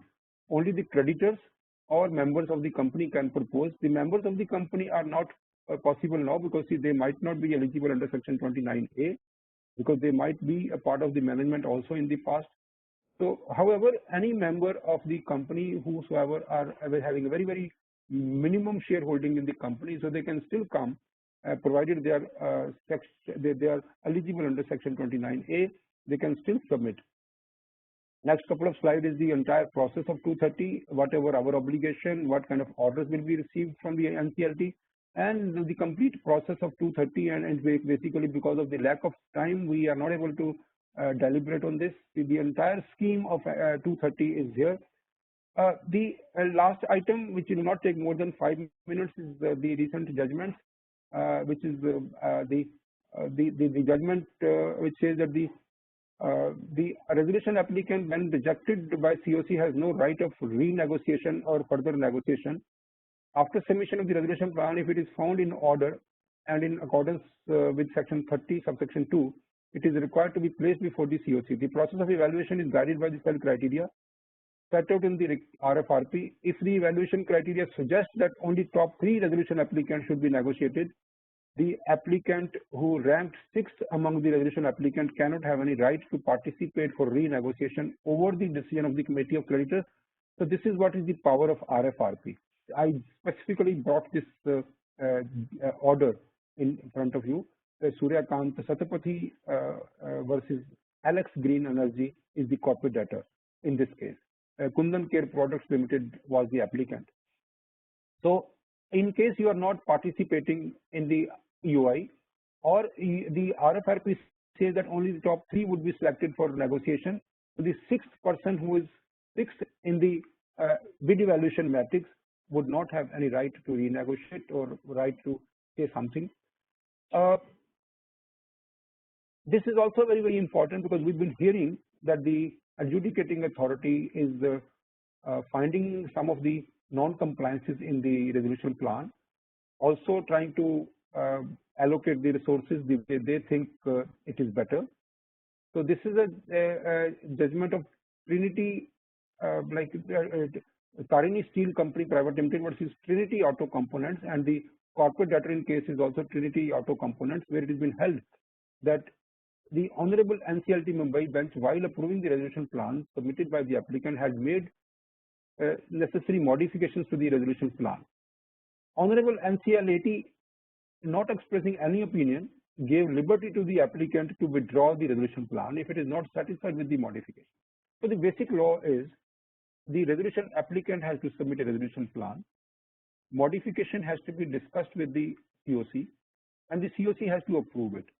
Once the resolution applicant and the COC is having consent on one resolution plan, and that is a final resolution plan submitted and approved by the RA and approved by the COC, that resolution plan will have to be accepted as it is, or in case it has to be modified, it has to be modified with the consent of the stakeholders, with the consent of the RA and with the consent of the COC.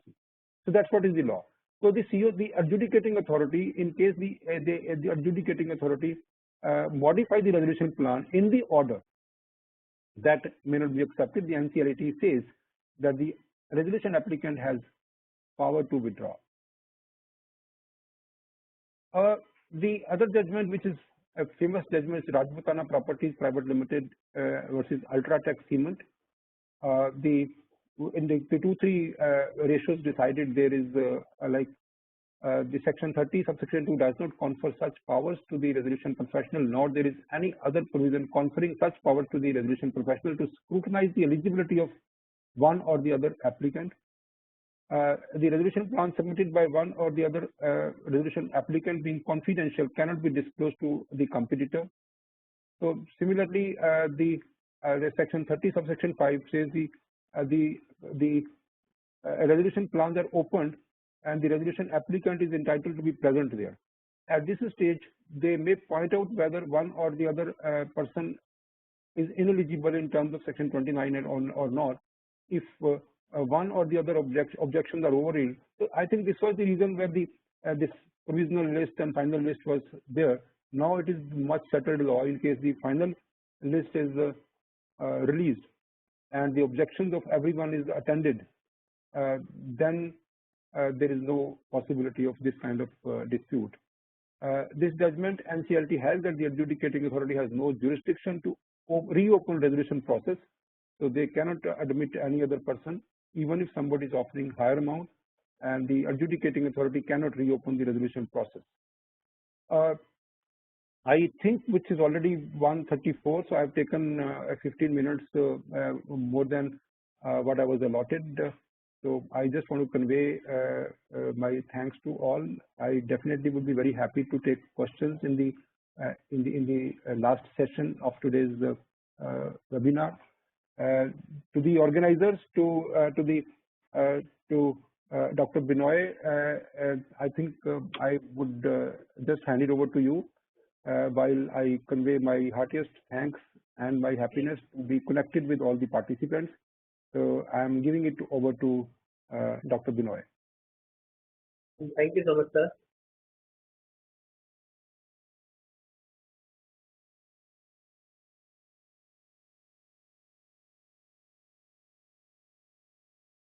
I'll have to just. So we will have a 1 hour break at 2:05 resume. Is going to address the